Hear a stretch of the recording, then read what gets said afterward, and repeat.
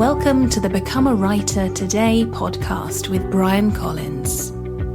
Here you'll find practical advice and interviews for all kinds of writers. I think you'll agree with me when I say personal branding is more popular than ever today. Hi there, this is Bryan Collins, and it feels like when you look online that everybody is talking about their personal brand. Influencers have turned into a viable career model, even if many people are unsure what exactly influencers do. So how exactly can you build your personal brand as a writer, and what type of mistakes should you avoid? Well, that's what I'm going to cover in this episode. So when I first heard about personal branding a few years ago, I think it was back in 2011 or 2012, I thought I had to get a certain amount of website traffic or email subscribers or even reach a revenue goal, because then I could say I've earned 7 figures a year, or I have, 50,000 people on my email list. I'll make it when I get 1 million Twitter followers, right? Well, I didn't know how wrong I was until I started working with a social media agency back when I was working a full-time job. And this agency was tasked with building a profile of some B2B influencers.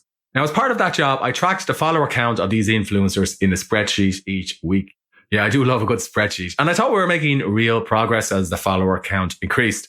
But I'll never forget when the account manager said to me, "Look, Bryan, it's nice to have a sizable Twitter following, but these stats are just vanity metrics. Engagement is what matters."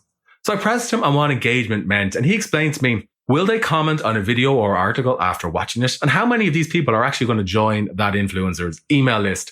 And will they take out their credit cards to buy a product or service? Because that's what engagement is. It's somebody who's following you, raising their hand and taking action. The problem is today, a lot of so-called influencers brag about their subscriber count, their website traffic, or earnings. They talk about how many millions of people have read things that they've written or how they've published multiple best-selling books. It's certainly important to demonstrate credibility, on your site or in your work. But the painful truth is most people don't really care that somebody read your articles or watched your videos. Those that do are probably just taking apart your content to figure out how to build a competing personal brand. So how exactly can you build your personal brand as a writer, and what type of mistakes should you avoid? Well, Mike Dillard, the author Ramit Sethi, the author Marie Forleo, and also Joanna Penn are examples of online influencers who get personal branding right.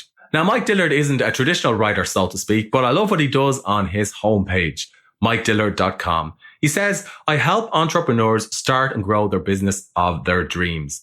And he even asks readers a series of questions like, do you struggle to make sales and get new customers? Or could you use a guide to show you the ropes? And these types of questions help readers establish if Dillard and his paid materials is for them. Ramit Sethi is a master of personal branding. On his site, he teaches followers how to lead a rich life through entrepreneurship, finding a great job, or changing their mindset about money. And I've taken a number of courses from Ramit over the years, and he certainly delivers. A while ago, I had the chance to interview him, and he said to me, "Bryan, when it comes to starting an online business, there are so many things you could focus on. A fancy looking website, building Instagram followers, brainstorming the products you can sell, or the ultimate copy that can increase your conversion rate by 0.049%.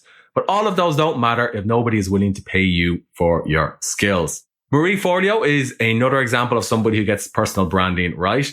She helps her followers become the type of person you most want to be, and she targets mostly female entrepreneurs with videos through Marie TV. And Joanna Penn, who I featured on this podcast, talks about her creative process, what she's working on, and what her goals are. And she's built a real genuine relationship with her readers and the listeners of her podcasts.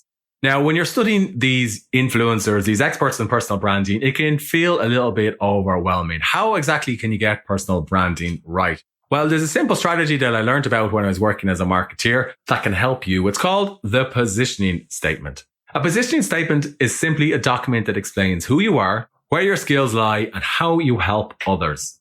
This document should inform what you say on your website, on your social media profile, and in your videos, your articles, or even in your book. And as a writer, you're going to find it easier than other people to create your positioning statement. On a single page, ask and answer these 4 questions. Question 1, who am I? Here's you're going to elaborate on your backstory. This is the story that you're going to tell people so they can understand a little bit about who you are. What is it that I do? Here you're going to talk about your strengths and what you can offer your readers, your followers, or your customers. Who do I serve?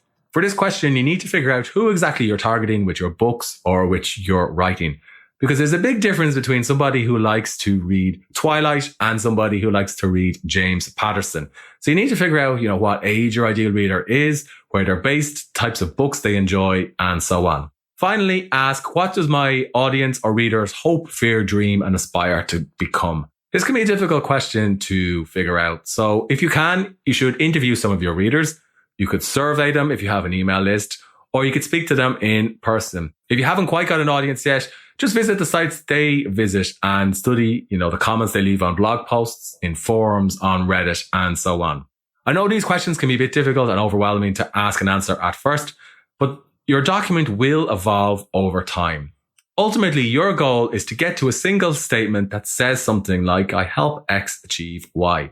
I recently came up with the positioning statement. I help non-fiction authors build their authority online and earn more of an income from writing. Once you figured all of this out, the rest is easy, or it gets a little bit easier. You simply create a website that represents your home base. Ideally, it should be a .com. You use your name if you can, or alternatively, if you want to, brand a business like Become a Writer Today, you can find something that represents your readers. You don't have to blog or write necessarily on your home base, but it should explain clearly who you are and what you do. Social media profiles are valuable and they are important, but you don't actually own those. And if you don't believe me, just ask anyone that owned a Facebook business page prior to 2014, because once Facebook scaled up their advertising platform, the reach of all of those pages dropped dramatically. So you need somewhere you can control a direct relationship with your readers and your fans. And that same issue with Facebook pages also happens to anybody who's running and selling books on the Amazon KDP store, because these days it's really difficult to sell a book on Amazon without running ads on the Amazon advertising platform. Once you've done all of this, set up an email list and create an opt-in page for your email list. To encourage people to join your email list, give something away for free. It could be a book, it could be a series of articles, or it could be something else that you've created. It should be something that people want to raise their hand and opt in to get. They raise their hand and they put in their email address into the form that you set up on your site. You can send traffic to this landing page or to this opt-in page by writing guest posts for other sites, by blogging on Medium, which is something I've talked about on this podcast before, by taking part in podcast interviews, through your social media profiles, and even through your book. You can put a call to action at the start of your book saying, to get a free book from me, visit my site and I'll send it straight to your inbox. The key takeaway from all of this is, don't confine generosity just to your personal life. The biggest and most successful personal brands or influencers put their audiences first every time, and they get paid well for doing it. They have a loyal following, they have loyal readers, and you can get all of this too if you get the basics right. I hope you enjoyed this podcast episode. If you did, please leave a rating on the iTunes store. And if you want to accomplish more with your writing, please visit becomeawritertoday.com/join and I'll send you a free email course. Thanks for listening.